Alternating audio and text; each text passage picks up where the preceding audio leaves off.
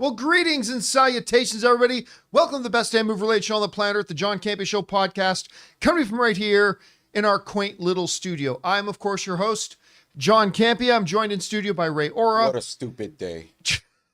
Jonathan Voico's here. What a lovely day. And, of course, most importantly, you guys are here. Thanks so much for being here and making this little show part of your day. Here's how the show's going to go.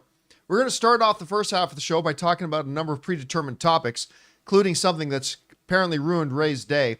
And in the second part of the show, we're going to get to the most important stuff, which is hearing from you, taking your live comments and questions. Now, if you've got a thought, theory, opinion, question, or whatever, go ahead and send it on in at our tip link at www.streamelements.com/JohnCampea/tip. Send it on in, and as long as it's appropriate for us to address in the show, we'll read it off and address it in the second part of the show. By the way, great thing about the tip link is that if you're one of the 90% of the people who watch the John Campea Show, but you don't watch it while it's streaming live, you also can participate in the live questions part. You can use the tip link to send in a question anytime, 24 hours a day, and we'll just get to that question on the next episode. All right, that down, guys. Let's get things started with this, shall we? You know, it's becoming a long-standing tradition in the world of movies that where we find out a lot about the upcoming movies is not from press releases or the scoopers or the TikToks, but toys. Toys are revealing a lot. Just recently in Captain America 4, we found out Red Hulk is going to be in there because the toy for Red Hulk got revealed. And now with the most anticipated movie of the year coming in about what are we, 44 days, 43 days, getting close to Deadpool and Wolverine, Funko Pops have apparently revealed to us a couple of the cameos, at least, that we're going to see.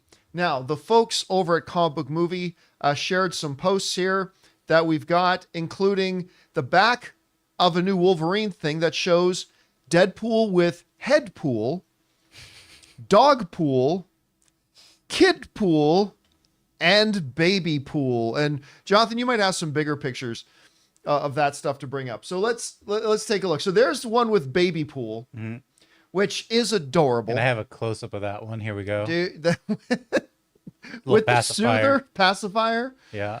In Canada, we call them soothers. Here, you guys in America, you call pacifiers. The little pacifier. Look, all I know right now, I didn't think about this before, and I wouldn't have said that I did. But after seeing this image of baby pool, I want to see baby pool kill at least 4 people. I want him to pull out his pacifier and hit a button and a blade comes out of some sorts. And I want to see baby pool kill some people. Dog pool is one we've been exposed to a number of times in the trailers and everything already.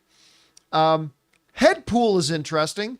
Yeah, I'm trying to figure out like what is that? I confess, I don't know anything about head pool. It looks like it's just a skull. It looks like a skeleton, like. Well, you know what it might be? Again, and maybe somebody who knows the deeper lore knows better than me.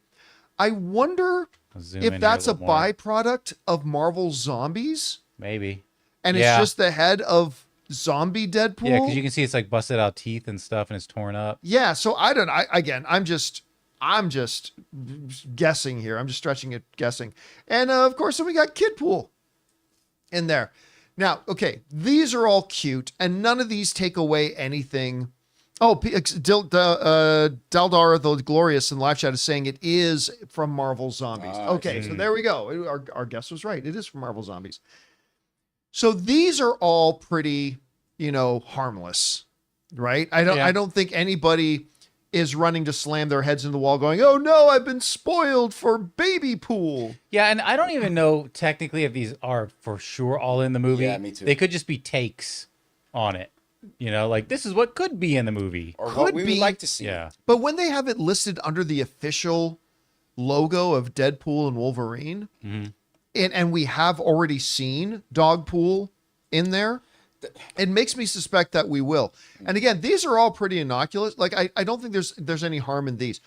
What I do worry about a little bit, I don't personally care, but for some of our viewers, some people who are a little bit more sensitive, what I worry about a little bit is that we could get with the Funko Pops or Hot Toys, because Hot Toys has already revealed what Wolverine is going to look like in his mask. One of our viewers wrote that into us yesterday to show us, and it's like, oh, okay. And even that isn't such a big deal. We also got Hasbro in the mix too.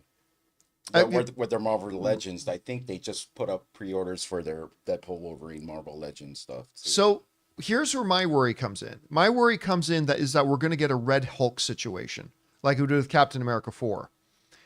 Like, again, I don't know that this is going to happen. I'm not saying it's likely to happen, but I do worry a little bit that we're going to get, I don't know, say on the next Cassandra Cain pop comes out, and on the back, they have, you know, Ian McKellen's Magneto from it or something. Like, I'm worried about a significant thing coming because we've seen it happen. I'm telling you this right now.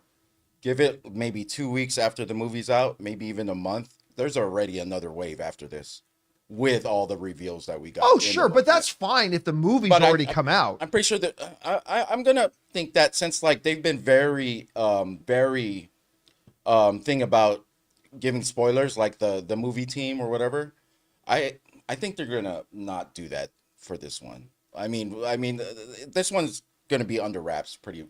Yeah, but it doesn't matter. Once the movie comes out, though, right. Yeah, who like cares? once the movie's in theaters and playing in front of public audiences, I'm not worried about big toy reveals after that. My worry gets to be about the big things the toys end up revealing before prior to the movie coming out, like our Red Hulk situation, right? Now, so far, again, head pool, dog pool, baby pool, kid pool, none of these are serious. Like that's all fine. Nobody really cares. But again, what if something big? What if Steve Rogers is Captain America? Gets shown in a toy or something. Or an Iron Man, or who knows? Yeah, what's exactly. possible. that situation was different though, because the movie was delayed a significant amount, and they already had a contract with McDonald's to actually release those. Well, yeah, I mean, that's true. The movie got delayed, yeah. That's true. That the Captain America 4 thing did get delayed, but a lot of the machinations were already in progress.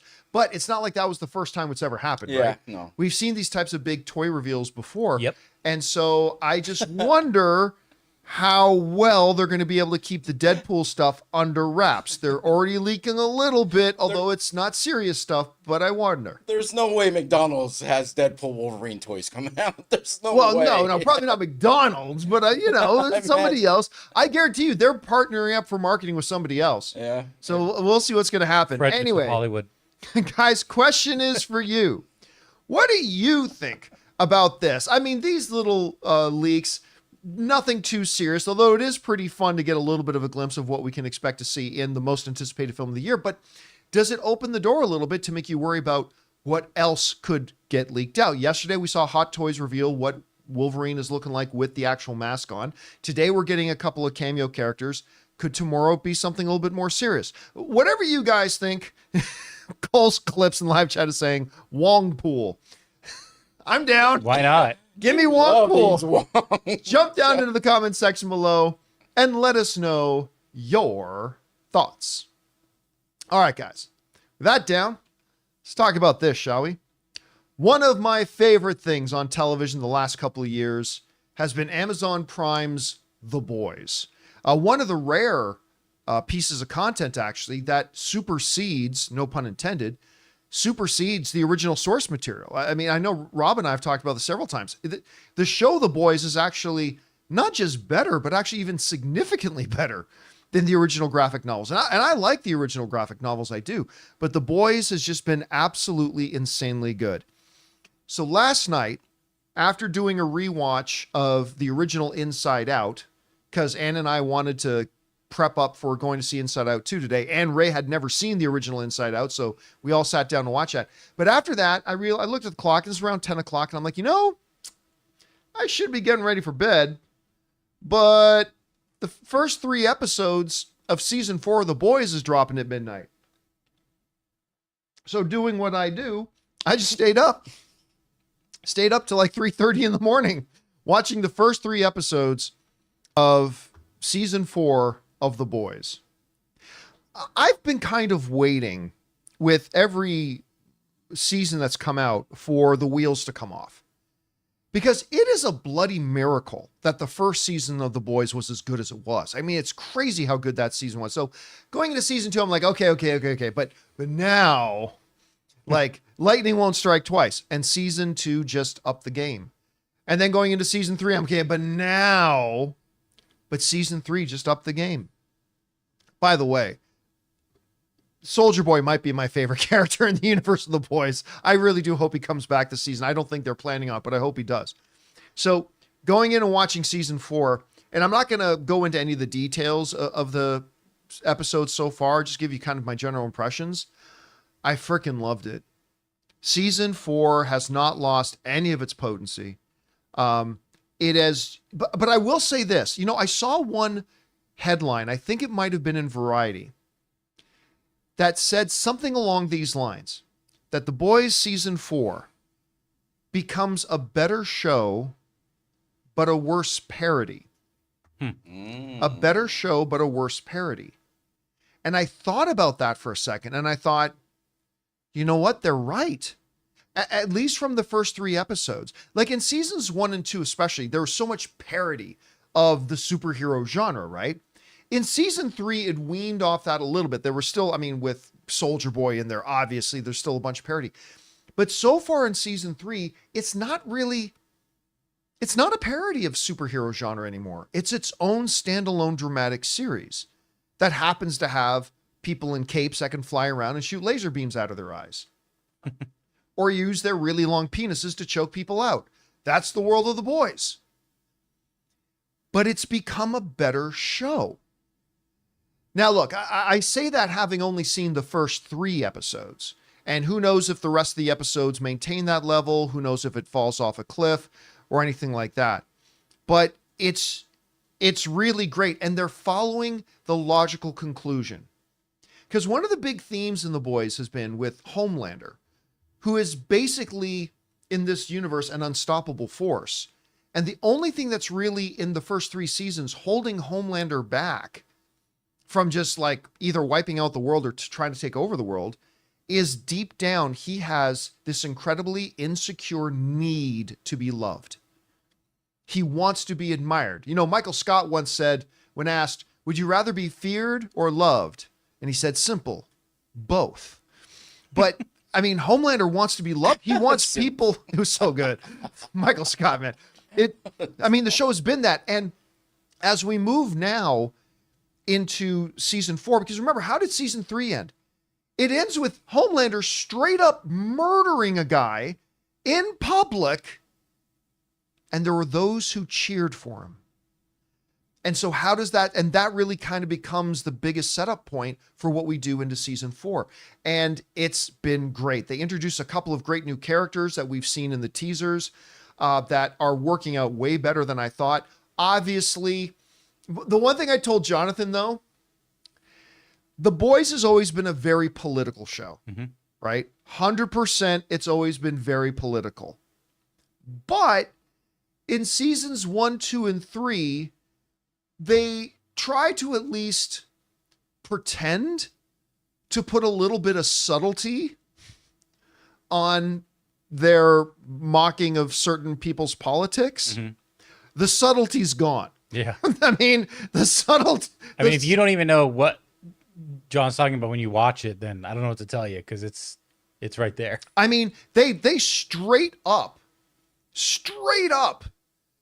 like kind of recreate and do their own version of the January 6 attacks. They kind of straight up do their own version of like Homelander on trial sort of thing. The subtlety is kind of gone, but they still handle it with the really depth, beautiful nature that they do by making it poignant observations and making it funny at the same time. And by the way, The Boys has never been shy about going after and taking jabs at both sides of the political aisle as well. And they do a pretty good job of that as well. It's every bit as bloody. Dare I say it's sexier and bloodier. It's every bit as bloody. It still has not lost its ability to shock me.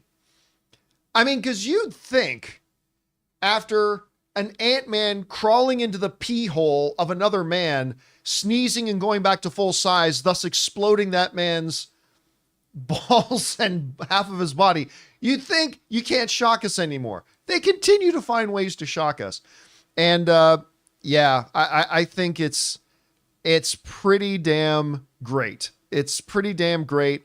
I'm not going to sit here and tell you right now that it's better than the other seasons or as good as this season or that season, because I've only seen 3 episodes. But so far, it's pretty wonderful, and it's living up to the boys. And I cannot wait to see where it goes. And I think we're starting, and even in just the first 3 episodes, I think we're starting to get a picture of where we are heading with the series finale when season 5 ends the show. I think they're already starting to foreshadow how this show's going to end, and it's pretty damn exciting. Anyway, guys, question is for you. What did you think about this? Did you have a chance to watch the first 3 episodes of The Boys? Obviously, some of you may not. It dropped at 3 a.m. New York time, midnight Los Angeles time. But if you did, what did you think? Whatever you guys think, jump down into the comment section below and let us know your thoughts. All right, guys. With that down, let's move on to this, shall we? You know, I was just talking about how The Boys is like one of my favorite things on TV, but I have like an upper echelon, the upper crust of what I think the best things going on television are right now. And those include The Last of Us, House of the Dragon, and Shogun, which just, of course, finished a few weeks ago. Its first season, absolutely incredible. We found out they've greenlit officially 2 more seasons, which is wonderful. And now the writers of Shogun are talking a little bit of a glimpse about where they're heading, saying they're going to base a lot more on history, and it's going to get darker. This comes from the folks at the Hollywood Reporter when talking to the 2 writers of Shogun, who said this: there's a lot of great conspiracy theory in history. A lot of different theories about, oh, it was said that this went on, but this really went on. And those little darker corners are what we've really enjoyed exploring, Marks continued, also teasing how they are approaching 2 future seasons versus just 1. He said the 3rd season is really an ending. We know where it starts and we know where it ends, and we know who is there on that journey. We're just focusing on part 2 right now to really make sure we can get to that point. But part 2 is, as second chapters go, kind of a darker chapter. All right. Now, as critically an audience loved Shogun season 1 is, and it exceeded every expectation and hope that I had. A lot of people wondered about the wisdom about doing a season 2, because after all, season 1 is based on the book Shogun, and they finished the book Shogun. There is no sequel. James Clavell did one that does kind of follow in the same universe, but happens hundreds of years later. But there is no real true sequel to Shogun. And so now the writers have moved from adapting James Clavell's novel to now adapting other, like the historical events surrounding, Lord Toranaga and those events. And so they talk in this interview about going and working with the James Clavell's estate to find out about what his research, habits were to go and research feudal Japan and all that kind of stuff. And they're trying to follow in those same footsteps and gathering the events that came after that. And how do we adapt that into a narrative? And it sounds great. But I also love the idea that they're going to go a little bit darker. And I think this time around, they're probably going to get a bit of a budget. Because, a lot of people, including me, were like, when it got to the finale, and they just told us about a theoretical battle that was going to happen. That's what they did with Rome on HBO. Yes. They'd line up and they'd be like, the Goths are on the field. We've got to attack. And then they're like, we've beaten the Goths. Like, what? But the budget, right? Yeah. Budget. That, by the way, Rome was a very expensive show. I think at the time, wasn't it like the most expensive show in history? It was really expensive, but you could tell they had to cut on the battle scenes. Yeah. So anyway, that's kind of the thing they got with the end of Shogun, right? It's like they talked about the battle, and the writers have since admitted, yeah, well, part of it was because that's the way they did it in the book. But he also says, and part of it was the fact of budget. We didn't have a budget to have 20,000 samurai charging at each other in a grand open field for battle. We didn't have the budget for that, and that's fine. But I just wonder if they might get a bit more of a budget and delve into that a little bit more. So hearing that season 2 might even get a little bit darker, I'm excited about. The only thing now I got to wonder is how long are we going to have to wait for season 2? 4 years. Because we waited 4 or 5 years since they announced Shogun to when it finally came out. So now I got to wonder how long we have to wait. We're going to have to wait. Is this going to come out in 2026? Do we have to wait till 2027? Is it going to expedite things and move things along a little more quickly since we've got 2 more seasons to come. And by the way, I love what he said there about how, okay, we know season 3 is going to be the end. So we've got our beginning, we know where it ends, and now we're going to navigate the through points. If only Kathleen Kennedy had had that kind of foresight when they were planning the Star Wars sequels. Anyway, whatever you guys think about this, did you love Shogun as much as me? Maybe you never even watched it. Whatever you guys think, jump down to the comment section below and let us know your thoughts. All right, guys, listen. We still got a couple things we need to talk about, including Inside Out 2's Rotten Tomatoes score is out right now, and it's north of the 90s. We're going to discuss that. Also, what? Shock? Surprise? Deadpool Blade has lost another director. That's, for those of you keeping score, 6 writers, 2 directors, up and down the lineup, gone. We're going to discuss that and whether or not this movie is doomed. But before we get to that, we're going to take a second and thank one of the sponsors of today's episode of the John Campea Show podcast, our friends at Miracle Made. Guys, we want to take a second and thank a sponsor of today's video, Miracle Made. Did you know that your temperature at night can have one of the greatest impacts on your sleep quality? If you wake up too hot or too cold, I highly recommend you check out Miracle Made's bed sheets. Inspired by NASA, Miracle Made uses silver-infused fabrics and makes temperature-regulating bedding so that you can sleep at the perfect temperature all night long. When they arrived at our house, my wife Ann loved the feel of them so much, she couldn't even wait for me to get home to put them on our bed. Miracle Made has self-cleaning. These sheets are infused with silver that prevents up to 99.7% of bacterial growth, leaving them to stay cleaner and fresh 3 times longer than other sheets. Miracle Sheets also have incredible comfort and quality. Miracle Sheets are luxuriously comfortable without the high price tag of other luxury brands and feel as nice, if not nicer, than sheets used by some 5-star hotels. So go to TryMiracle, that's TryMiracle.com/Campea to try Miracle Made sheets today. And whether you're buying them for yourself or as a gift for a loved one, if you order today, you can save over 40%. And if you use our promo code Campea at checkout, you'll get 3 free towels and save an extra 20%. Miracle is so confident in their product, it's backed with a 30-day money-back guarantee. So if you aren't 100% satisfied, you will get a full refund. So upgrade your sleep with Miracle Made. Go to TryMiracle.com/Campea and use the code Campea to claim your free 3-piece towel set and save over 40% off. Again, that's TryMiracle.com/Campea to treat yourself. And thank you to our friends at Miracle Made for sponsoring today's episode of the John Campea Show podcast. All right, guys, with that down, let's move on to this, shall we? It's a day I've been looking forward to a lot. Inside Out 2 comes out today, and I'm really stoked about it. And to kind of commemorate Inside Out 2 coming out today, last night, Ann and I sat down to rewatch the original Inside Out, which is, guys, like too many people overuse the word. I try not to. Inside Out is a masterpiece.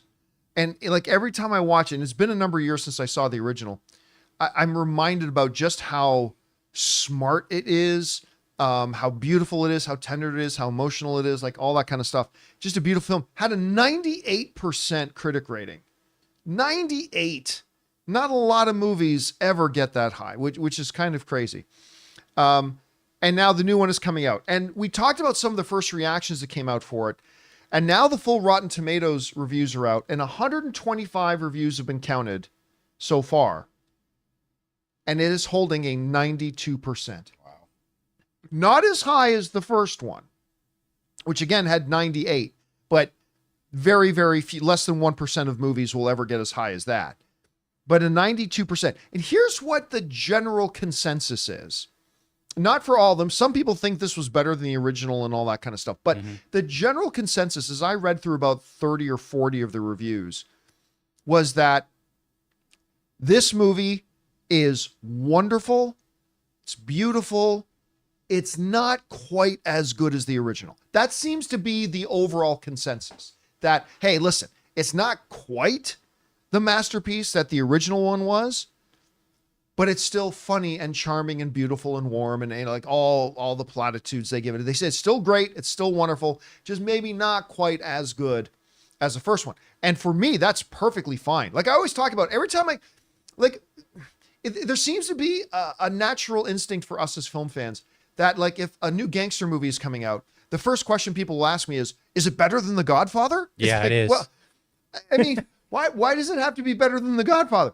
So like, I didn't need Inside Out 2 to be the best Pixar film of all time. I don't need Inside Out 2 to even be as good as the first Inside Out, which is a flat out masterpiece.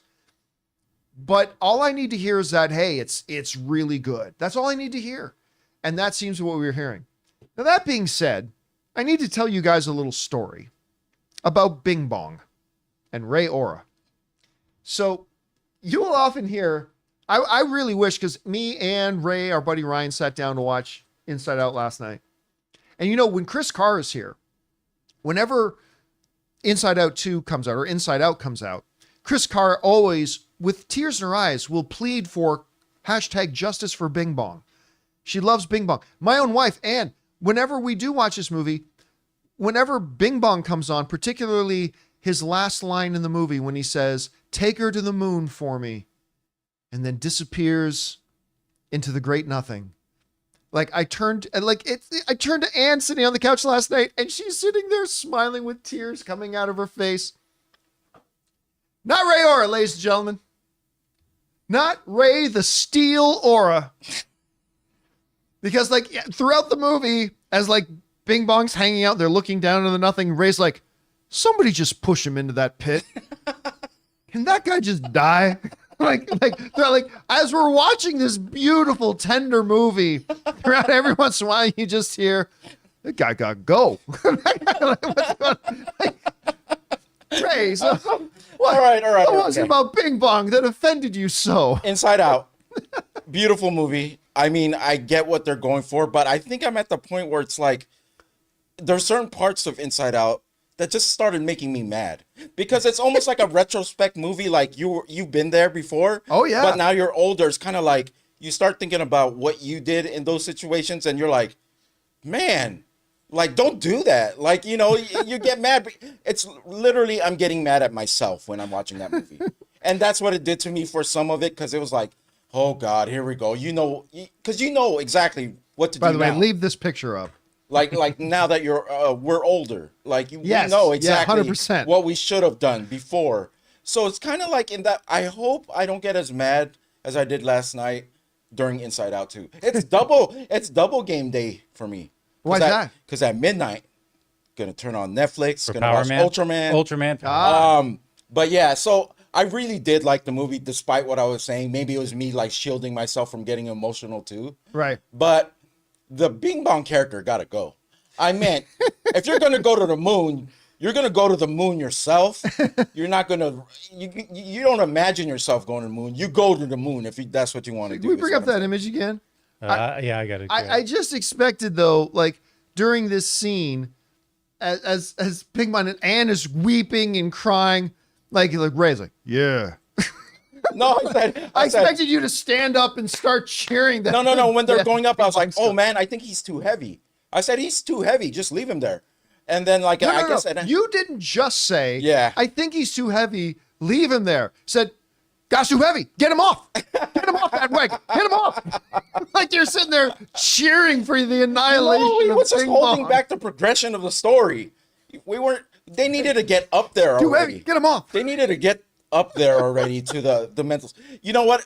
I'm actually glad I watched the movie before we watched. Oh Inside yeah, Out. 100%. There's so much context. If anyone hasn't seen Inside Out and they want to watch Inside Out 2, I'm telling you that movie's gonna help me today because now I know the character, know the parents, know how much they love her. Oh yeah, and to see what's gonna happen because we saw a bunch of it at CinemaCon. To see what's Yeah. gonna happen with her life now, which many of us have gone through puberty. I hope whoever's listening has gone through puberty. We'll see what happens today. All right, guys, question is for you. What do you think about this? Inside Out 2 is holding a ridiculously good 92%. The general consensus being it's a wonderful movie, but not quite as good as the first one.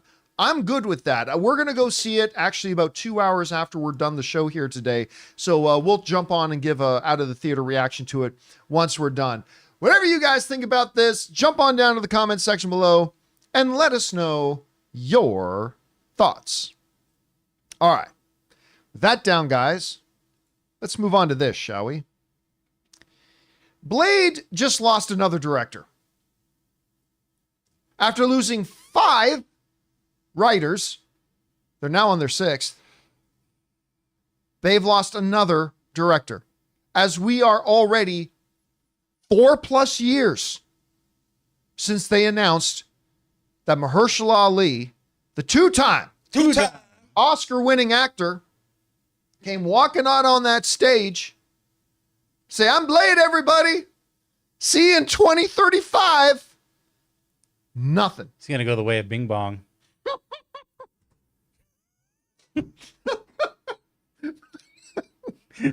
He's just like, Blade bong, blade bong. Like he's just going to start to disappear. Like Yeah. Thanos snapping him away. yeah. This movie's gonna be the greatest. Take him to the MCU for me. This Blade. comes to us from the folks over at Variety who wrote this. Another one bites the dust. Filmmaker Yang Dimaj from Lovecraft Country is no longer set to direct Blade. Marvel Studios' long-in-the-works reboot of the vampire superhero franchise is set to star Mahershala Ali. This is the second director to leave the project. Bassam Tariq from Mogul Mogwai exited the project in 2022. Insiders say Dimaj departed the film amicably weeks ago.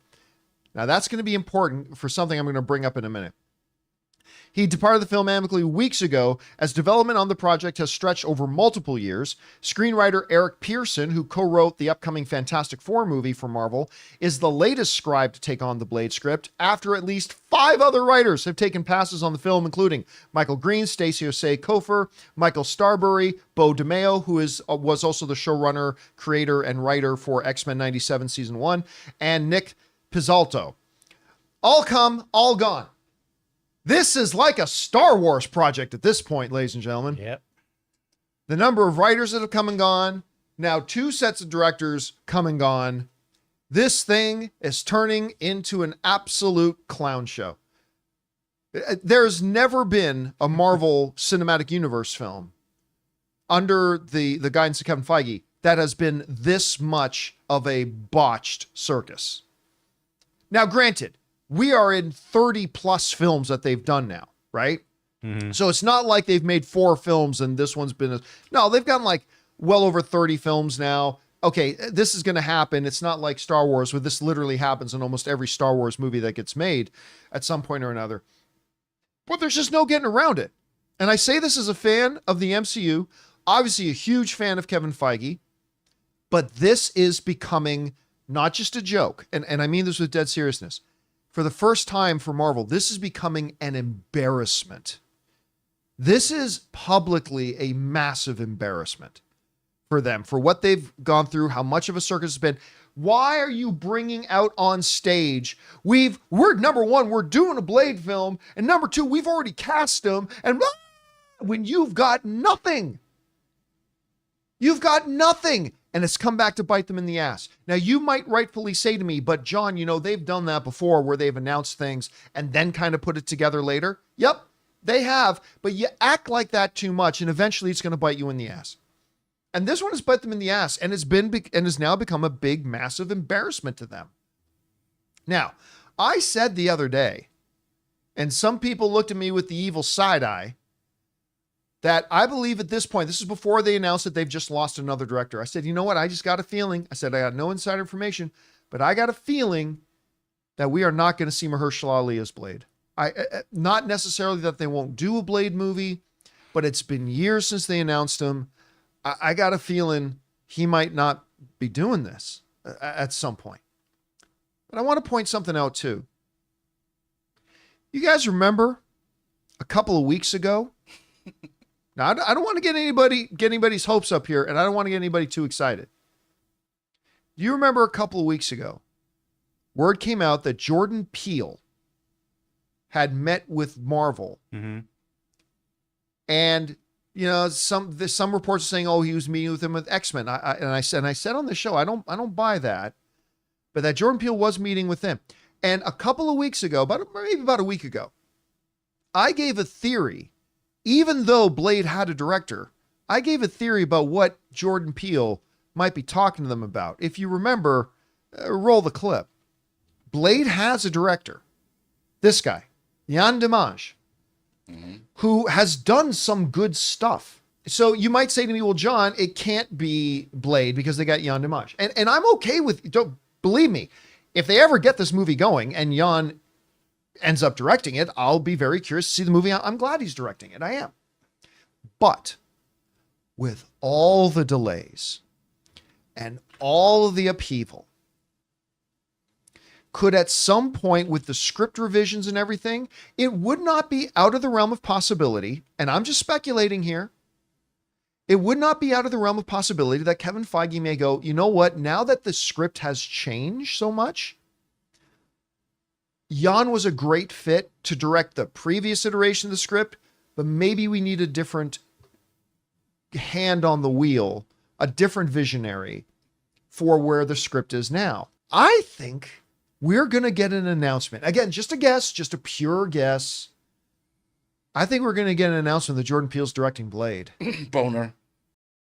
I didn't realize you kept that part in it. Boner. All right. Now, I'm going to soundbite that. So a week ago, I was saying, like, yeah, Jan Dimash is there, and I like Jan Dimash, but you know, this movie now is kind of a different movie than it was when Jan Dimash first came on to direct it. It's a different movie now because they've gone through 3 more sets of writers, right? I like how you call it movie right now. Yeah, like there is one right now. Let's call it a theory more than a movie. And I said, you know what? With all those changes, I think so. I'm sticking with it. I'm sticking with, again, no insider information, pure guessing. I'm thinking we're going to get an announcement because remember, let's go back to what it said in the Variety article here. It says, Dimash departed the film weeks ago. Weeks ago. Yeah. That means if you want to play along with the theory that they weren't meeting with Jordan Peele behind Jan Dimash's back while he was still attached to direct. Ooh. Jan Dimash left weeks ago. And then last week we hear about Jordan Peele meeting with Marvel. Again, I'm not breaking any news here. I'm strictly as a fan speculating, but I believe we are not far. Motoko in the live chat, Campea Al-Gaib. I believe that we are a couple of weeks away from getting an announcement that he's directing Blade. Again, I don't know that. Pure guess on my part. Have you guys ever seen the Key and Peele skit, Sexy Vampires? No, I haven't seen that one. Okay, we'll have to watch it. It just made me think of that when this news was coming up, or as we're talking about it. Jordan Peele, I think, could pull this off. I don't 100%. I think he could. I mean, some of the even like the comedy things he's done on Key and Peele that had to do with zombies or vampires, it was supposed to be funny. But man, you turn that around and make it into a horror, he could do it. He could do it because some of those skits, the vampires or zombies actually scared me the way they looked. Well, listen, here's why Jordan Peele would be perfect for a Blade, right? The movies he's directed has shown he can completely put his finger on the horror pulse, right? When you look at Get Out, Us, Nope, he knows how to put his finger on the horror pulse. Marvel likes to have a balance. The Marvel films that hit their best stride are the ones that have a nice balance of heavy, serious, lighter, more joy-filled. You know, they have a nice mixture of that. Jordan Peele is also the same guy from Key and Peele. So he knows humor. So he would be like an ideal director for a movie like this, where you get somebody that's a little darker, a little more horror-filled, fill in some of that joy, some of that more light stuff as well. I think he'd be the guy who can find that balance. And the previous Blade movies, there's some characters in there. I think the ones with the white bald heads with the guys that were perched up on the place, I don't know, the headquarters, the fortress. Right. Those guys looked terrifying, but never once in the Blade movies did I get any jump scares from them, which I wish they had. You know what I mean? Like, those characters, like, look terrifying to me, but imagine if you put jump scares with those. That would have been a crazy movie. And by the way, if we're right, and Mahershala Ali is just like, guys, I'm getting older now. I've been waiting for 4 years and leaves. Keegan-Michael Key, your new Blade. There you go. Called it. Keegan-Michael with Giancarlo Esposito as Whistler. You're welcome, ladies and gentlemen. You're welcome. Anyway, we'll see what happens. But let's get back to this for a second about the circus that has been Blade in an Marvel Cinematic Universe that has run a fairly tight ship. I mean, there have been movies where, oh yeah, they had to switch directors at one point. That will happen every couple of films.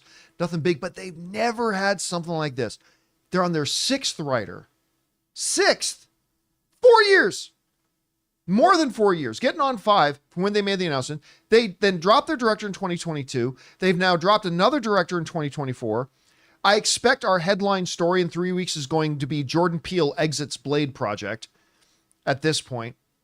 I mean, why this particular project has like caused them so much problems when they've never seemed to have this kind of like this to this degree at any rate, these kinds of problems. And seriously, I got to bring up the question again. How much longer is Mahershala Ali going to sit around and wait for this? Is there too much care put into this project? It feels like maybe this must be someone's baby at Marvel Studios where they want it right. They like having this phenomenal actor, right? It's going to turn from Blade to blame. Who are we going to blame for? Blame.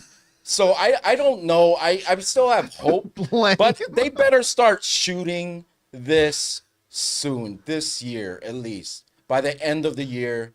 Or I'm going to go with you. If nothing's even shot, we don't have anything set, they're not starting anything by the end of this year, I'm with you. Well, let's put it this way. Ali's out. This film right now has its 3rd release date of November 2025. That's the current release date for Blade. I'm going to tell you right now, forget it. It's not meeting that. There's no chance at this point. And honestly, they already when they don't even have a director right now, no chance they meet that November 2025. No. They already have 3 movies coming out in 25 anyway. And you know Yeah, what? true. There's another effect these delays are having.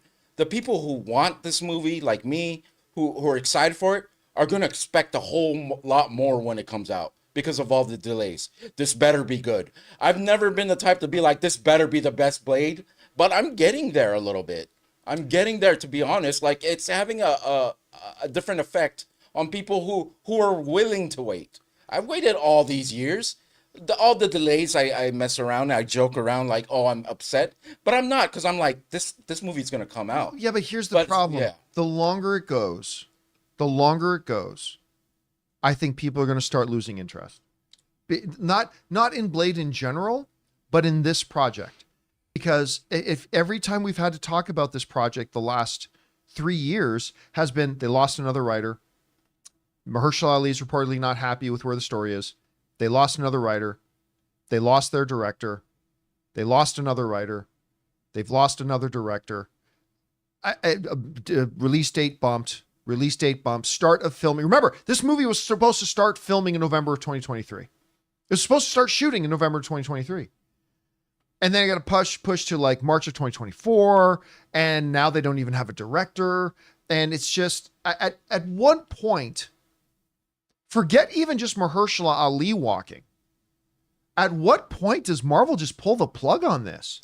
Well, like how important is, I keep thinking about how important is this movie to the MCU and like the phases that they just are dead set on this. Well, you know why this movie is important to me is because the very first Blade was my introduction to anything Marvel on the screen. And I love the first Blade.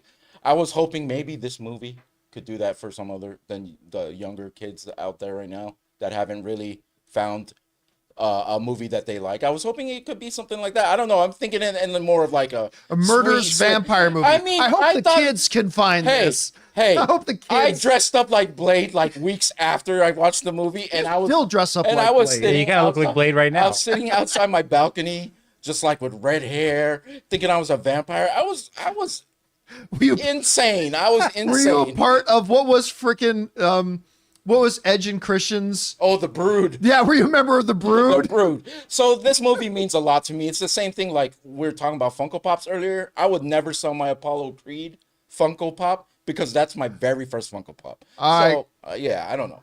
Guys, I don't know why I went there. Question is for you. I don't know. What do you think about this? This has become an unmitigated mess, disaster. For the first time for Marvel, a absolute embarrassment that like shows for the first time ever, like, you may like or not like some of the movies that actually come out, but like, this is the first time that they have a project coming. Granted, it's like 1 out of 30, but still, that they have a project coming out that looks like they just simply don't know what they're doing behind the scenes. And so this is embarrassing for them. Does Mahershala Ali stay on this film? Is Jordan Peele going to end up being the director? Do they ultimately pull the plug on this movie? Whatever you guys think or feel right now, jump down into the comments section below and let us know your thoughts. All right, guys, with that down, let's move on to the most important part of our show, shall we? Which is taking your live comments and questions. But before we do, we're going to take another quick second and thank another sponsor of today's episode, our friends at The Perfect Gene.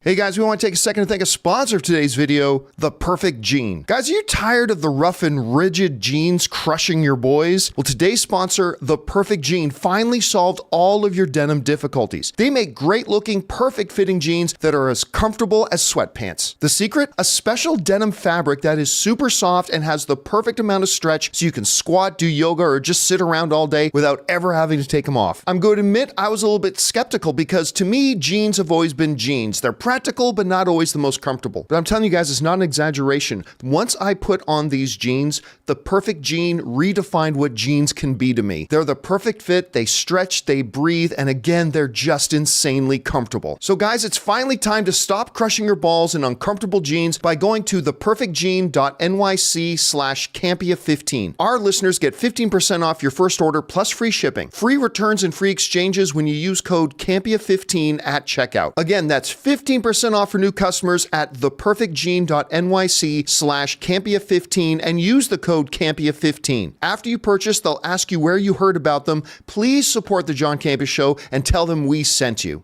And thank you to our friends at The Perfect Gene for sponsoring today's episode of the John Campea Show podcast. All right, guys, let's get over to the most important stuff. Your comments and questions. Jonathan, what we got up first? First up, Anonymous, who says, what on earth is Sony cooking with the Alamo Drafthouse purchase? I'm glad, though. I was disappointed when it was announced every location in Dallas-Fort Worth were closing immediately. You know, and now it makes sense. Those closures, for those of you who missed it, like a couple of days ago, Alamo Drafthouse announced the closure of 6 theaters in the Dallas-Fort Worth area, and one, I think it was in Minnesota. I think that was the other one. Anyway, that makes a lot more sense now because a lot of times what one company that's about to be taken over will do is do some layoffs or sell off some assets to make purchasing them seem more attractive. So they got rid of a number of theaters that I assume they thought were underperforming or whatever to make the purchase look more attractive to Sony. And now for the first time in like 70 years, we have a movie company owning a movie theater chain. Which is crazy. So, and look, I still think there's going to be a lot of repercussions of this. How will this all work out? It may be a couple of years before we truly know the full implications of it, but it's going to be interesting to see. All right, what's next? Anonymous is back and says, just for John, whenever anyone shouts woke, remember the actress Kathleen Burke's quote, I love being woke. It's much nicer than being an ignorant effing twat. That's a good quote. All right, what's next? Bry Guy says, either of these films will ever happen, but which one would you be interested in anyway? A stop motion Paddington movie from Aardman Animations or a Muppet Princess Bride? I'd go with the Princess Bride. I go with the Princess Bride. I've got live action Paddington. I don't need a stop motion Paddington. Yeah. The live action Paddingtons are brilliant. Absolutely phenomenally brilliant. You can't top it. So yeah, I'd go with a Muppets Princess. Actually, I've never even considered it. I'd be very down for a Muppets Princess Bride. I'd totally be down for that. Or Muppets Blade. Or a At this point, a Muppets Blade. I mean, we might as well get something.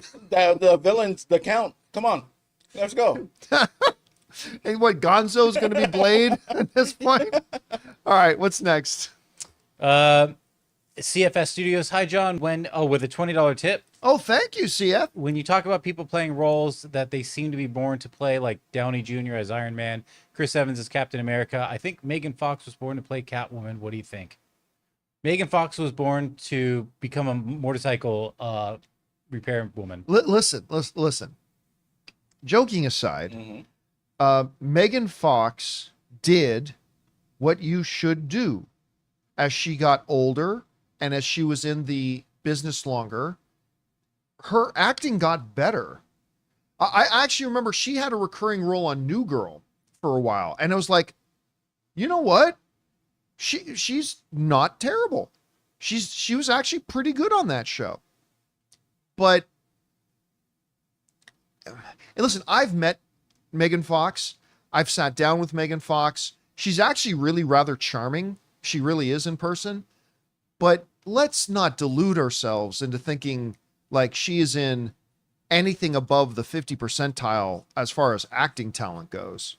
So I don't know. And I know this, I mean this with no disrespect, although I'm cognizant that it's going to come across as disrespectful. I don't intend it to, but she wasn't born to play anything.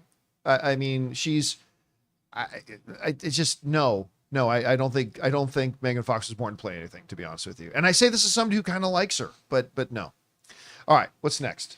We got 5 Strong. Hello, everyone. Just finished watching The Acolyte. Good, not great, but I'll definitely stick around for it. Anyway, for some reason, it got me thinking, in your opinion, who's the most powerful Jedi? Who's the GOAT of Jedis? Luke Skywalker. Yeah, I mean, he kind of proved himself to be...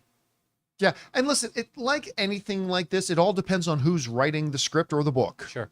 The next person writing the next thing, say, this person's the most powerful ever. Okay, you could do that. But, I mean, as bland as it is, especially going to a lot of the Legends stuff too, I think there's a very strong case to be made for Luke. Yeah. Qui-Gon, I'd say Qui-Gon is right there too. Think so, really?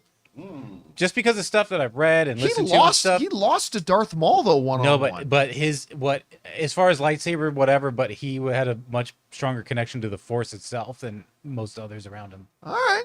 Okay, what's next? Wesley Cunningham says, okay, it sucks, but maybe unless that talk with Peele was to take the reins, Ollie's not going to be Blade. After all the stalls and another director, the one he handpicked, bouncing, he's not going to just wait around. Look. Oh, he handpicked this one? I don't know that that's true either. I don't believe that's true. But I will say this. All of us as fans, I include myself in this, we all look at the little, you know, the analogy of the iceberg, like what you see of an iceberg is only actually like 1/10 of the iceberg because the majority of it is below the water. We as fans see this little bit of information. And I mean, it's fair because that's all the information we have to go on. So we develop our thoughts and theories around the information that is available to us. And then we change our thoughts and opinions as more information becomes available.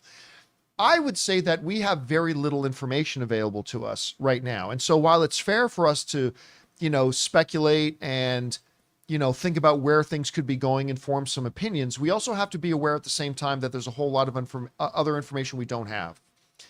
So listen, for all we know, Mahershala Ali is the one behind the scenes saying, guys, we got to do this. We got to get this done. Maybe Kevin Feige's ready to pull the plug on it. And Mahershala Ali is like, just for me, hang in there for a few more months till we get, I don't know. Listen, I personally believe we're probably going to see Mahershala Ali walk too, but let's not be too definitive in that opinion yet because we don't actually really know what's going on behind the scenes. All right, what's next? Don Juan says, hi, for me, I really like The Acolyte. A simple story, easy to follow. Unlike Andor, which I hated, Andor was a chore to watch and follow. I'm not a hardcore Star Wars fan. That's why I did not understand Andor. I think one of the best things about Andor, which is to me the greatest Star Wars thing ever produced since the original trilogy, is that you didn't have to be a hardcore Star Wars fan. This other stuff takes you into the lore. Yeah, it's just a brilliant, top quality show, period. And listen, I love that you're enjoying The Acolyte. I celebrate that there are people out there who are really enjoying it and watching it, and I think that's awesome. I'm actually jealous because I wish I felt the same way. I legitimately do. I'm not being facetious. I legitimately wish I felt the same way.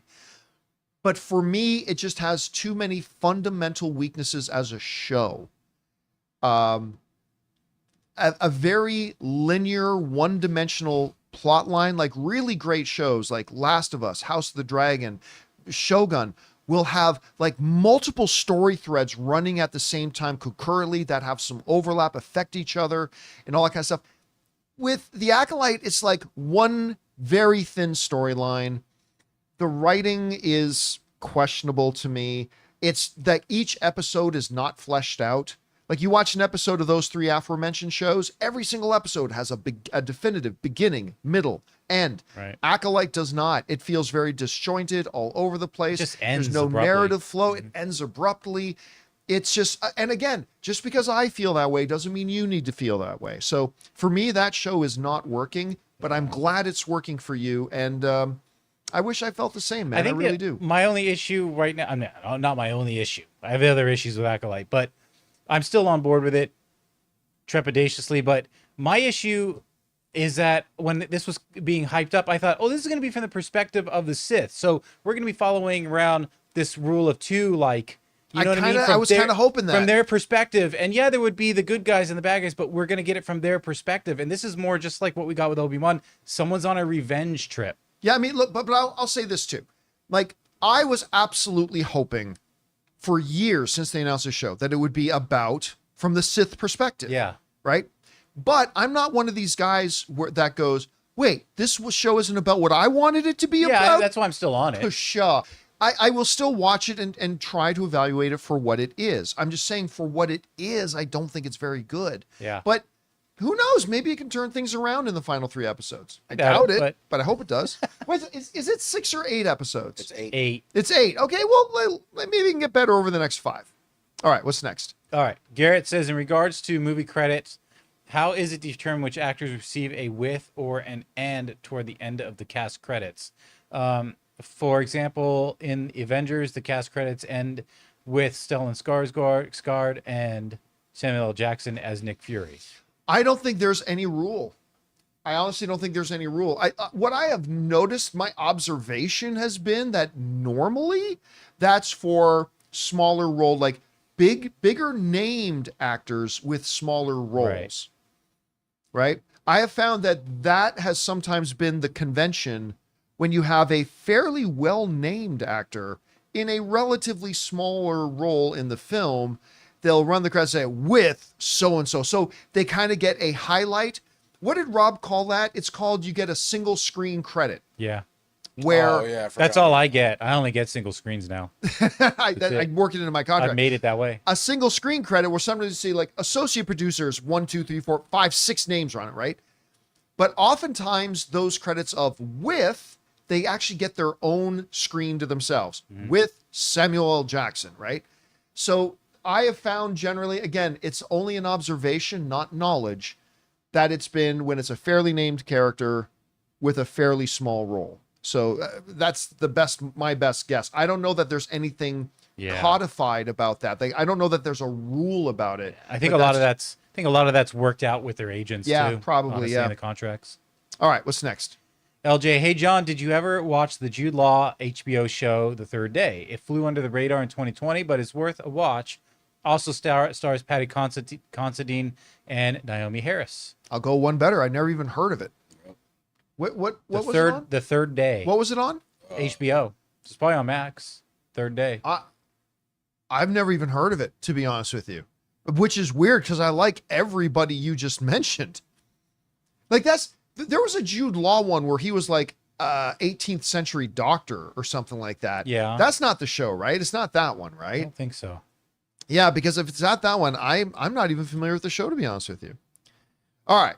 What's next? Your name says, should Bad Boys franchise focus on the ammo team, e.g. more Paola Nunez and Vanessa Hudgens, and slowly transition away from Will Smith and Martin Lawrence, or did cancellation of Bad Boys spinoff LA's Finest prove those two are needed for the franchise? They are the franchise. Yeah, they are the franchise. That's it. They are the franchise. I am the franchise. It's not like Star Wars, where Star Wars is not about the Skywalkers. The Skywalkers inhabit one very tiny moment in time of the grand eons of the universe of Star Wars and the galaxy far away and all that kind of stuff. Bad Boys, like Will Smith and Martin Lawrence, are the Bad Boys. It's not called LA Police, which you could have a lot of, I mean, they literally are the Bad Boys. I loved the side characters that we've gotten in Bad Boys 3 and 4. I really like them, including, I don't know what the name of the kid is, but the kid who played Bjorn Ironside in Vikings and his girlfriend in this movie, Vanessa Hudgens. I love both of them. I think they're both great. And they were really enjoyable on screen. I love Martin Lawrence's son-in-law in the movie, like all that kind of stuff. But the movies are called Bad Boys, and Bad Boys is Martin Lawrence and Will Smith. So yeah, once they're not doing these movies anymore, Alexander Ludwig, thank you, Edwin, in the live chat, and Patrick. I mentioned Alexander Ludwig. I really like him. I think he's great. I think he should be a star. But anyway, yeah, without Will Smith and Martin Lawrence, the franchise is over. 100% it's over. All right, and by the way, let's not forget that while Bad Boys is a hit, it's not like it's a $900 million film, right? It's a hit, relatively speaking. So it's not like it's making 1.3 billion at the box office. So then let's keep them going without Will Smith and Martin Lawrence. No, it doesn't. I don't think it works without Will Smith and Martin Lawrence. All right, what's next? Jay Newby says, today's my birthday. Oh, Happy birthday. 34 trips around the sun. Gonna celebrate by watching 3 of my favorite movies, Forrest Gump, Birdman, and Edge of Tomorrow. All great picks.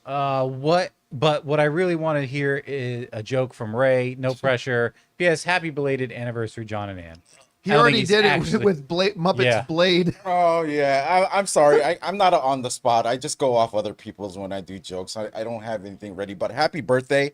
Those movies that he's going to watch. Those are good picks. Those are good picks. Yep.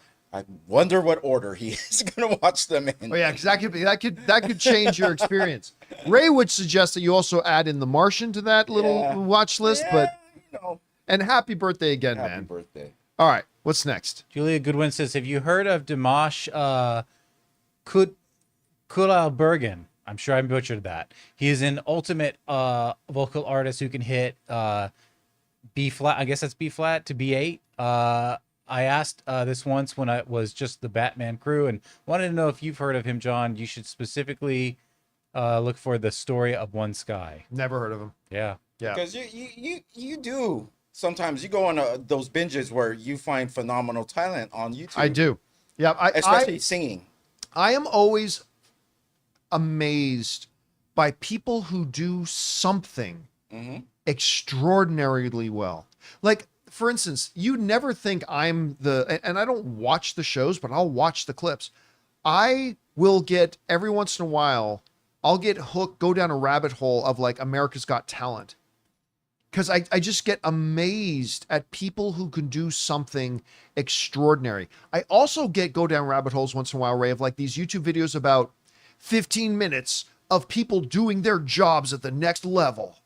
Like some guy who's like just pouring concrete, but doing something genius in pouring the concrete. Man. And I am always amazed by people who do what they do extraordinarily well. Why did you look at me like in a stern look when you said people who do their jobs at an amazing level? Because you are somebody who does your job at an amazing you want level. me to... You're requesting something from me. I can't Just look at today's thumbnail with the late.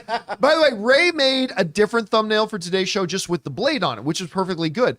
But then he goes like 5 minutes before the show, he goes, John, I made a second version of the thumbnail. Can you look at it? And he put in the blade font, late, instead of blade. I'm like, that's genius. Well, he's saying late. Very good Bye. at your job. Very good at your job. All right, what's next? Dennis H says, make it make sense because the math ain't mathin'. May starts a fire intending to kill Asha for wanting to become a Jedi that quite literally backfires and kills their entire family. How is that the Jedi's fault? Why are Sol and Torben giving in to a kid with a mean streak who was never their Padawan and threw a tantrum? This makes Torben's 10 years solace and unaliving himself even dumber than it already was. Way to teach kids that they aren't responsible for the outcomes of their decisions. Well, Dennis, here, okay, I would suggest this, and I can't say this with certainty because we haven't seen episode 4 yet. Don't believe what you saw. Like, number one, I'm not convinced, and I talked about this on Open Mic yesterday. I'm not convinced that was May. I'm not convinced that was actually May that Osha thought she was talking to. Because we joked about it on yesterday's show, but that turned real quick, right? I for you and you for me, and we love each other so much, we, and like doing their little songs about I live for you and you live for me. And then in 2 seconds went, and I love you, and then I'm going to kill you. I am going to take this fire and burn you to death because you want to go on a trip. it escalated very quickly. I'm not convinced. I'm not convinced that was actually May. I think the show made, I'm gonna be honest with you, my friend. I'm also like the show made it pretty clear that little fire that I'm not even 100% sure that was May. I'm not saying it wasn't. I'm just saying I'm not 100% sure that it was. That little fire she started, that ain't what killed all the witches. Because they went downstairs into a room that was not on fire, and like there's all these piled dead witches there. There is clearly a lot more that has not been revealed. And I'm saying, I'm not defending the episode because I didn't like the episode. I'll tell you that straight up. I didn't like the episode. But to be fair and balanced, I think there was a lot there that was not as it appeared. And I think once we get into episodes 4 and 5, I think we'll find out a little bit more. Anyway, all right, what's next? All right. DJ says, okay, guys, I'm behind. Normally wait till I have all caught up before asking questions, but this could not wait. If Margot Robbie doesn't do Barbie 2, you know they will cast Samara Weaving from Ready or Not. You know it makes sense. I still remember, first of all, Samara Weaving is wonderful, just purely in her own right. But I still remember, it was the funniest thing when Ready or Not was coming out, which, by the way, Ready or Not, gem of a little horror movie, like a fun little horror movie. I thought it was a really, really, really fun film. If you haven't seen it, you should absolutely see it. But as the trailers for Ready or Not were coming out and the posters were coming out, everyone thought it was Margot Robbie. Oh my God, she looks like her so much. Everybody thought it was Margot Robbie. Can you find an image of Samara Weaving that we can bring up? Yeah. But like it was coming, and then like even going to I think I might have a few days before the movie came out, I just assumed it was Margot Robbie, even though her name wasn't anywhere. It was completely crazy. Now look, fortunately, dear heavens, like look, she does not look identical to Margot Robbie. No. In some pictures, she looks more like her than others. But if you put up that picture and just said, "Oh, that's Margot Robbie," If you looked real quick, you're like, yeah. and you just think, "Oh, is she just doing her makeup a little differently in that picture?" Like you see, but in the trailers and everything for Ready or Not, totally look like her. Here's the thing: you don't go out and cast something because the actor looks like somebody else. I've never believed that. If that was the case, they never should have cast Hugh Jackman to play Wolverine. Like, you don't worry about that part. You go out and get the best actress you can who fits the role right. You don't worry about how she looks. But fortunately, Samara Weaving also happens to be a pretty damn good actress. So let's say if they did announce that, I'd be down for it, for sure. All right, what's next? We got, you're going to love this one, Ray. Han Cholo. Hunch. So I love stranded survival movies, whether in a desert, jungle, or island. I just saw 2017's Jungle with Daniel Radcliffe getting lost in the Amazon jungle, and he's sporting a yellow flannel shirt with unkempt hair, beard, and bushy sides. AKA total Wolverine vibes. At one point in the movie, he needs to get stung by fire ants and totally goes into his own berserker rage. Man, I would really like to see his short ass be our new Weapon X. He's a name actor, but not really anymore. Perfect. Daniel Radcliffe's name is getting more and more prominent as he's been very quietly he's been kind of going down the same path as Robert Pattinson, who spent like a good 10 years accumulating these film credits that made every director in the world want to work with him, and like doing things like Good Time and like all that kind of stuff, that he just turns out these incredible performances. And then next thing you know, he's Batman. Daniel Radcliffe has been amassing He's pretty ripped too now. What's that? He's ripped too. Look at the picture. This is from Miracle Workers. Oh yeah, he's got himself in like that. Like Harry Potter's like, come at me, bitch. He's just like, yeah, where's Voldemort? Let's see you try something now when I'm not a baby. I think that's what he looks like. And especially, look, I know it's a fun, spoof kind of a movie, but Daniel Radcliffe was effing brilliant in that Weird Al Yankovic movie. For those of you who didn't see it, you should watch it. It's great. And he was so good in it. I would love for him to be the new Wolverine. I would love it. I think him, I've also said for a long time, he was just in the wrestling movie, Iron Claw. Zac Efron. Zac Efron. I believe for a long time that Zac Efron would make a great. But I would love it. I think he's been pretty adamant, Daniel Radcliffe, is that he's not going to be Wolverine. But I'd be totally down for it if he was. Can I say follow up just on Han Solo's Stranded movies? If you haven't seen it, my favorite Stranded movie is The Condemned with Stone Cold Steve Austin. The one with Steve Austin? Yeah, that one was so good. So Han Solo, if you know who Stone Cold Steve Austin is, watch The Condemned, please. What's the other Daniel Radcliffe one? Wait, Horns with the horns. No. But where there, He's the dead and dead just body farting all the time. Yeah. I think it was Paul Dano. Might have been the other guy in it. I'm trying to I'll look it up, but y'all can go on while I know our chat. Swiss Army Man. Swiss Army Man was the name of it. Crap. Oh, that reminds me though. The Han Solo thing. One Comic-Con we were at. I'll tell you what. There was this beautiful Mexican family. It was a guy like in his early 30s and his wife, and they had this little girl who was like, you sometimes you see a kid that is so adorable, you just want to eat him like a chocolate. Like, it's just like so sweet. And they were dressed. He called himself Han Solo. How funny. And he was dressed as Han Solo, but with a very, it's hard for me to describe, as with a very Mexican slant. And his wife was Princess Leia. That was clearly Princess Leia, but with a very Mexican slant. And their little girl was like a young Rey, but like with a very Mexican slant as well. It was like one of the most creative, beautiful things of cosplay I'd ever seen. And when we're talking to him, he goes, yeah. So he goes, I call myself Han Solo. So that's why that thing reminded me of that. All right, what's next? All right, James Wheeler with a $20 tip. Good morning, everyone. I'm so excited for my Celtics. Just one win away from our 18th championship. Go Celtics. I mean, listen, I became a basketball fan on the Boston Celtics. Like when I was just a wee little thing, it was Larry Bird, Robert Parrish, Dennis Johnson, Danny Ainge, Kevin McHale. Like it was the Celtics, right? So I've got a place in my heart for the Celtics. Make no mistake. Which they should at this point, but should the Celtics go on to win the title, they have three things to thank. Luka's ankle, Luka's knee, and Luka's chest contusion.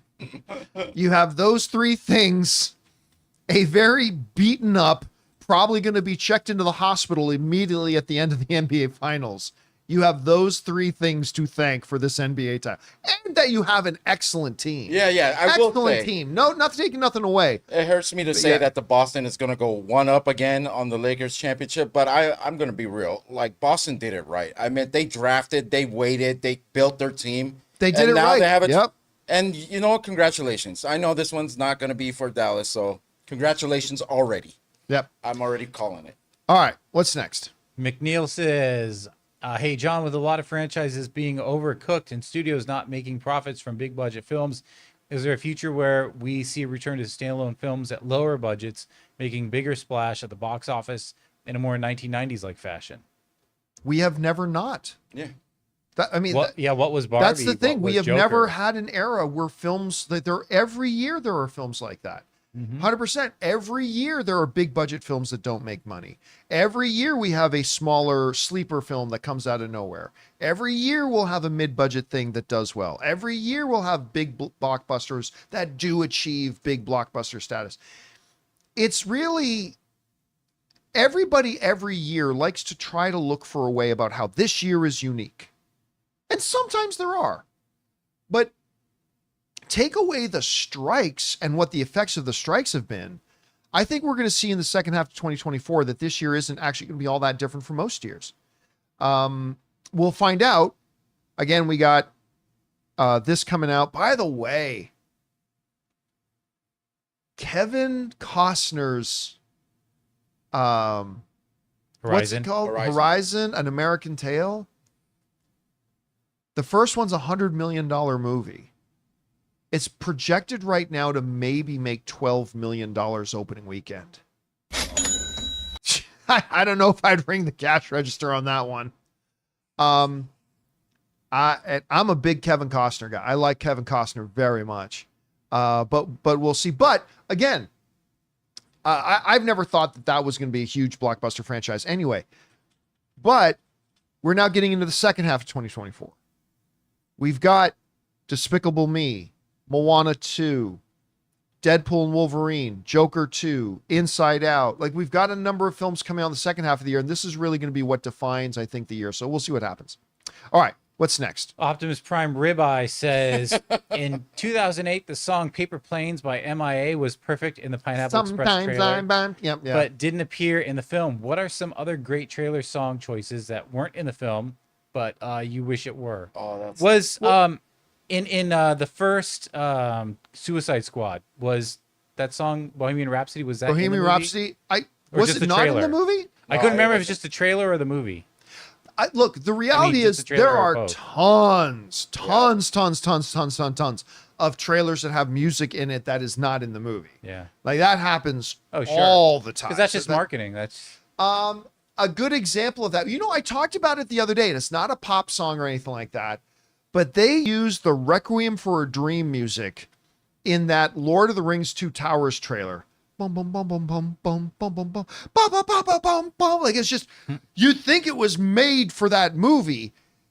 And somebody had to remind me afterwards, that's Requiem for a Dream. I'm like, what? But like, so that's a pretty good example of one. But yeah, it actually does happen all the time. So, but if I had time to sit down and really think about it, could probably come up with some other good examples of that. But that's the one that really comes to mind for now.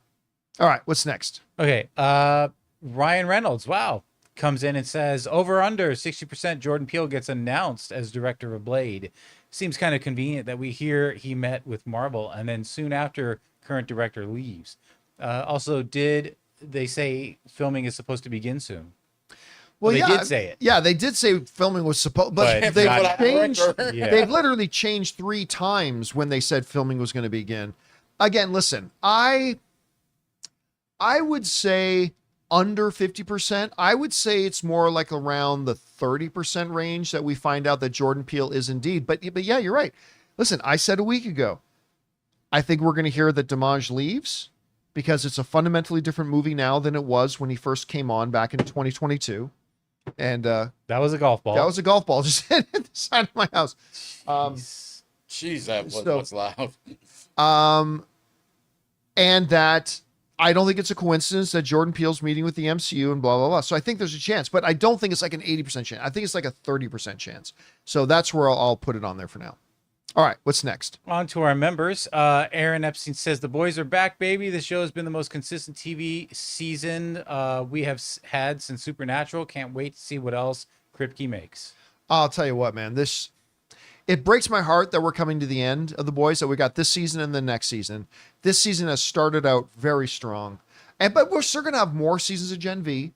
We got The Boys Mexico coming. So we're still going to live in this world, but it does kind of break my heart. But yeah, it has been such a consistently good show.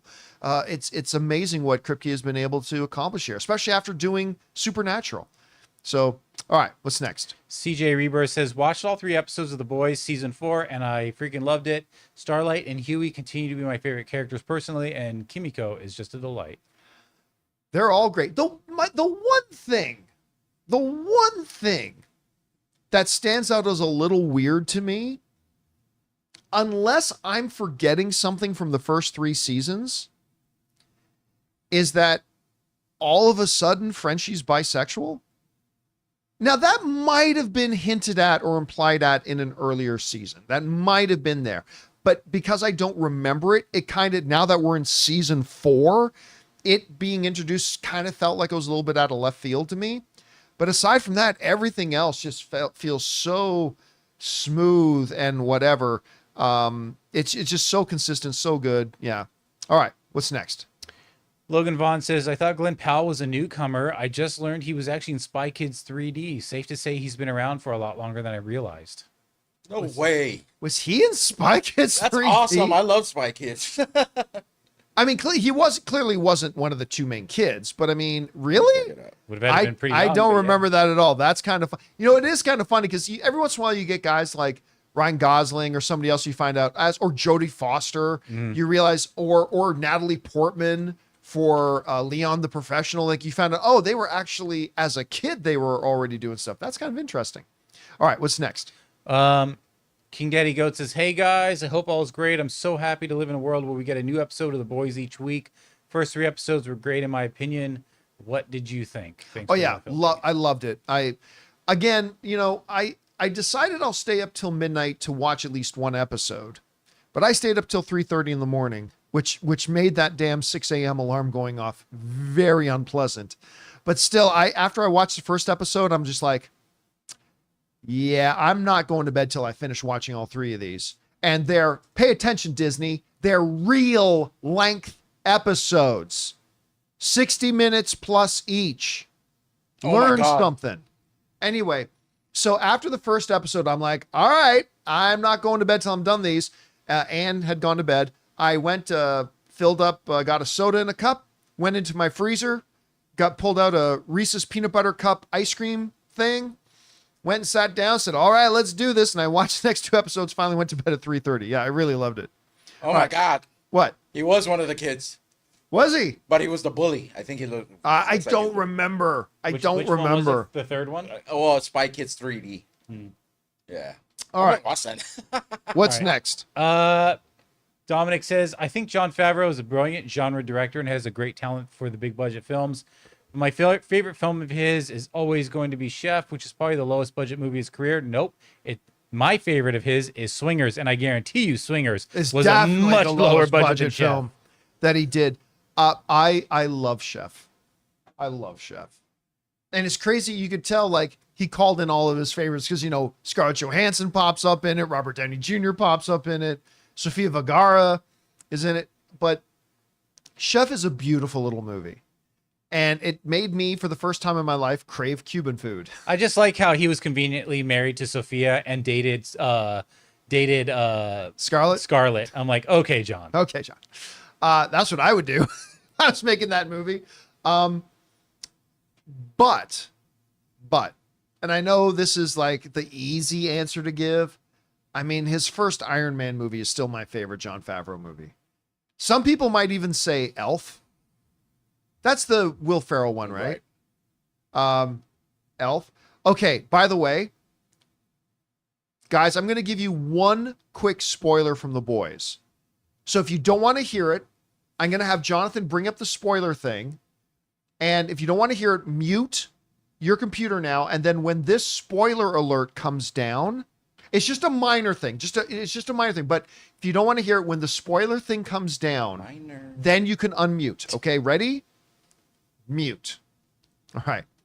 Speaking of Will Ferrell makes a cameo as himself in The Boys. Mm-hmm.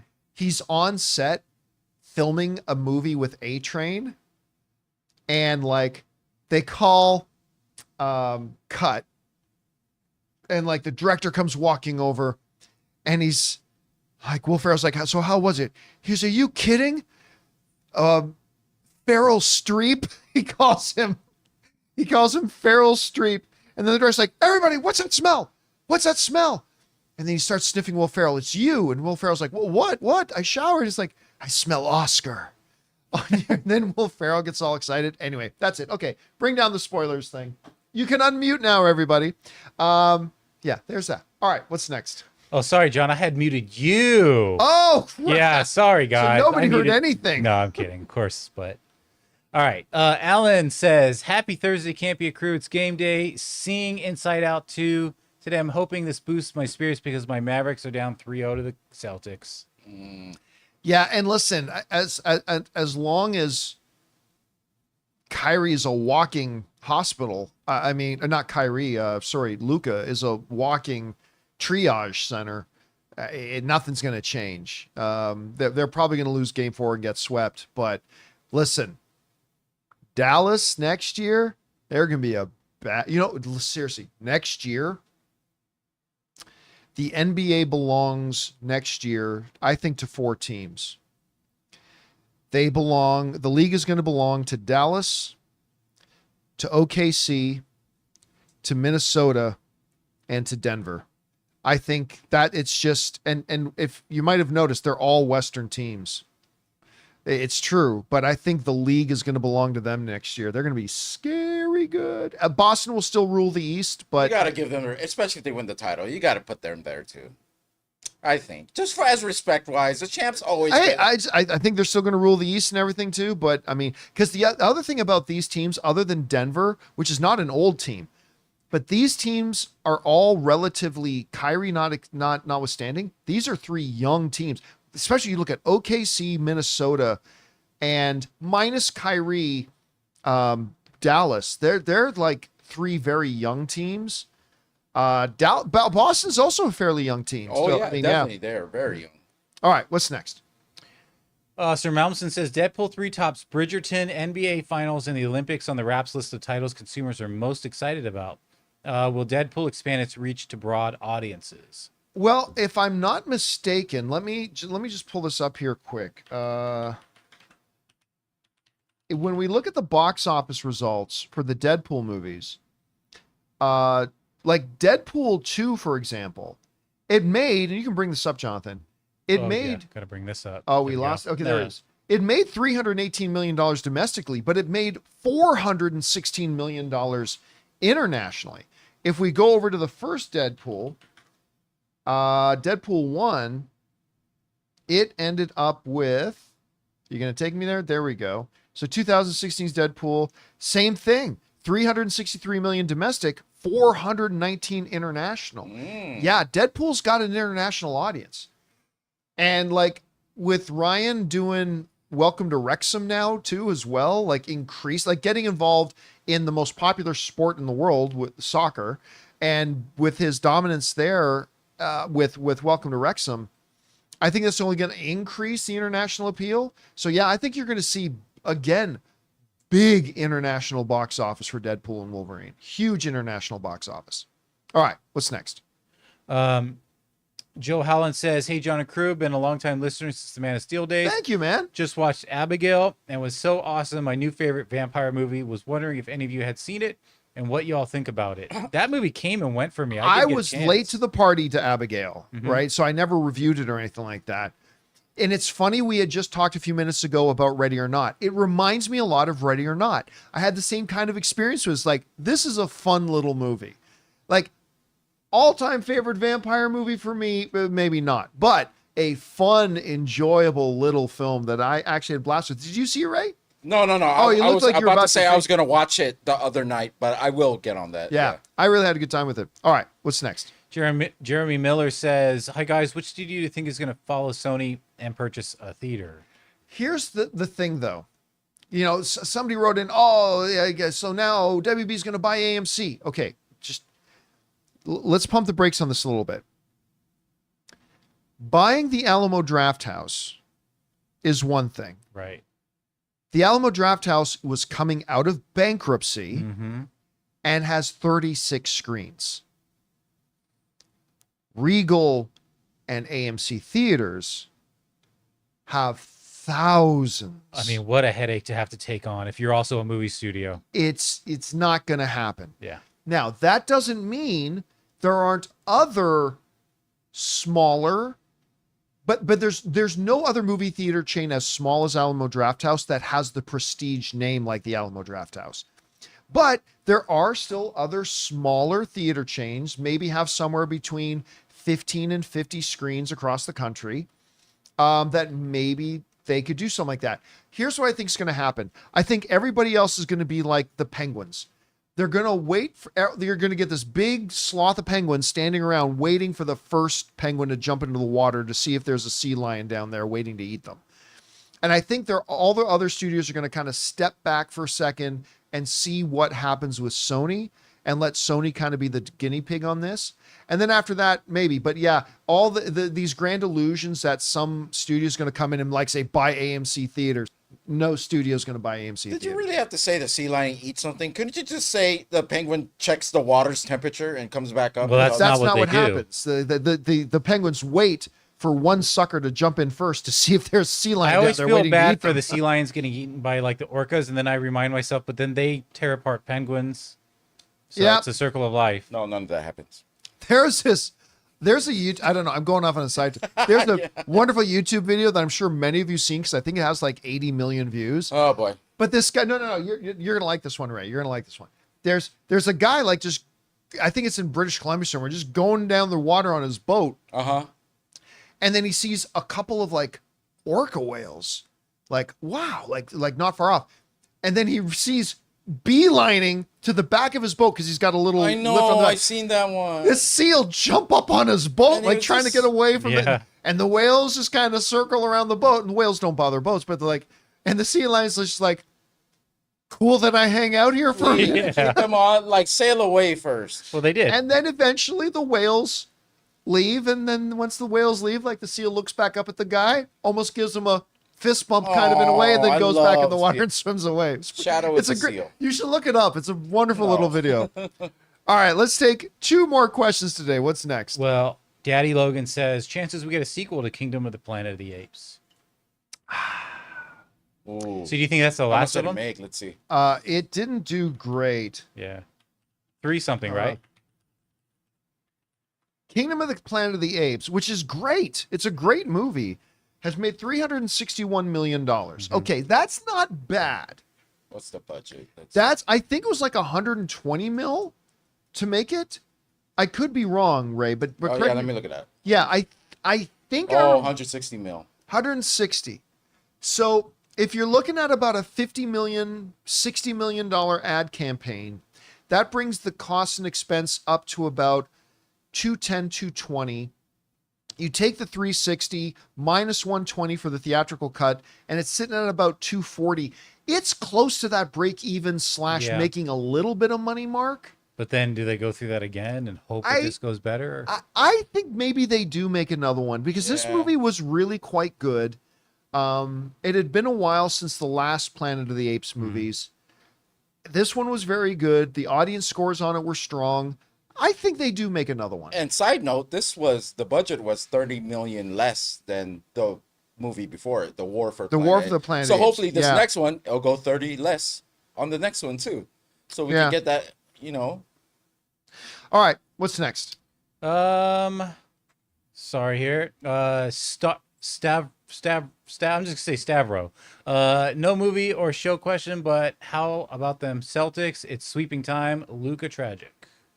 Yeah, I mean, again, the guy's just injured. He has been by far the best player in the NBA playoffs. I mean, nobody doubts that. He has been the definitive best player in the NBA playoffs this year.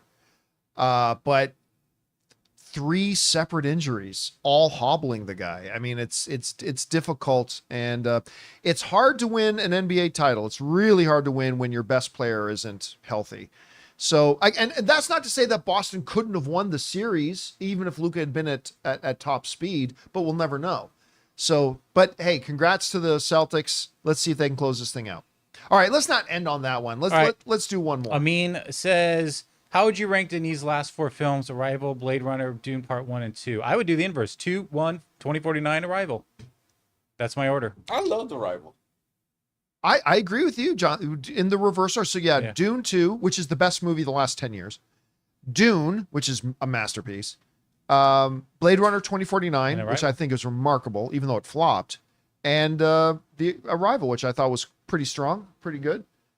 So yeah, I mean, Denis arguably is the best director right now. He might be the best director in the world right now.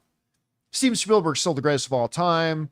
All that kind of stuff, but right now, Denis may be the guy. Does he have any involvement with the Dune series? That's about okay. Yeah. So. He's not directing it or anything like that, but he's helped shepherd it. Yeah. Okay. And guys, that'll do it for today's installment of the John Campea Show podcast. Thank you so much for being here and letting this little show be a part of your day. Big special thank you to all you guys who sent in the questions via the tip link and our beloved channel members for sending in questions. Number 1, because you gave us fun things to talk about, but number 2, you supported this channel as you did it. A couple hours from now, Ray and I are going to go see Inside Out 2. Yeah, 2 hours. I'm going to go see it at 5:30.